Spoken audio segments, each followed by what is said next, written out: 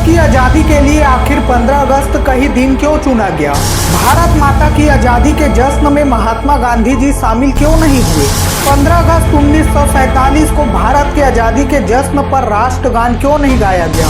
15 अगस्त 1947 को रुपए और डॉलर में कितना अंतर था? और 15 अगस्त 1947 को भारत में सोने का भाव क्या था?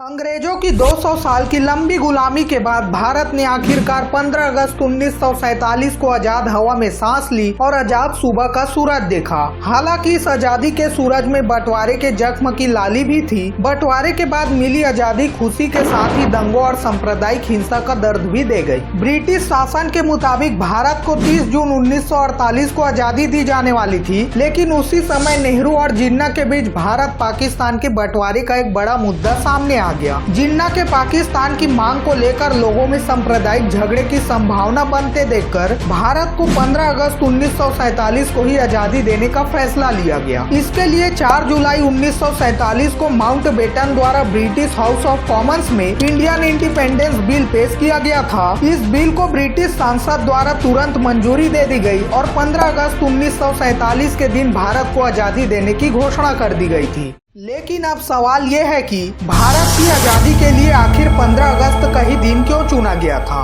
भारत के आखिरी वाइसरॉय लॉर्ड माउंटबेटन की जिंदगी में 15 अगस्त का दिन बहुत ही खास था। दरअसल 15 अगस्त 1945 के दिन सेकेंड वर्ल्ड वॉर के दौरान ब्रिटिश के सामने जापानी आर्मी ने आत्मसमर्पण किया था। उस समय ब्रिटिश की सेना में लॉर्ड माउंटबेटन ब्रिटिश आर्मी में कमांडर थे। जापानी सेना के आत्मसमर्पण का पूरा श्रेय माउंटबेटन को दिया गया था। इसी वजह से माउंटबेटन 15 अगस्त को अपनी जिंदगी का सबसे अच्छा दिन मानते थे। इसीलिए उन्होंने 15 अगस्त का ही दिन भारत की आजादी के लिए चुना था।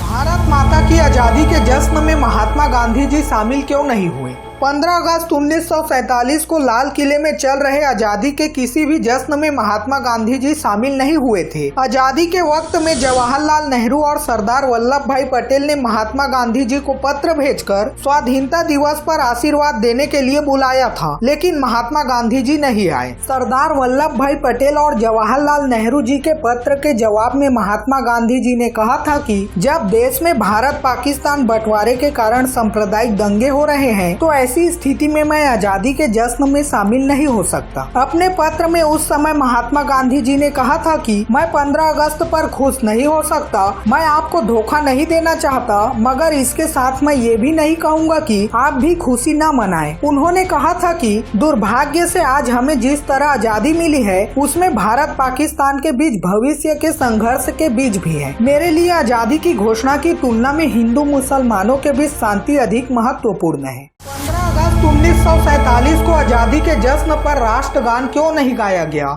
आपको जानकर हैरानी होगी कि 15 अगस्त 1947 को आजादी के जश्न में तिरंगा तो फहराया गया पर राष्ट्रगान नहीं गाया गया। आइए जानते हैं इसके पीछे की वजह। रविंद्रनाथ टैगोर जी ने साल 1911 में जनगण मन की रचना कर दी थी, लेकिन उस वक्त इसका नाम जनगण मन नहीं बल्कि भारत भाग्य विधाता था। हालांकि बाद में भारत भाग्य विधाता का नाम बदलकर जनगण मन कर दिया गया था और फिर 24 जनवरी 1950 में भारत की संविधान सभा ने जनगण मन को भारत के राष्ट्रगान के रूप में स्वीकार किया था। यानी आजादी के करीब 2.5 साल बाद भारत को अपना राष्ट्रगान मिला। यही कारण है कि 15 अगस्त 1947 को भारत का राष्ट्रगान नहीं गाया गया था। 15 अगस्त 1947 को रुपए और डॉलर में कितना अंतर था?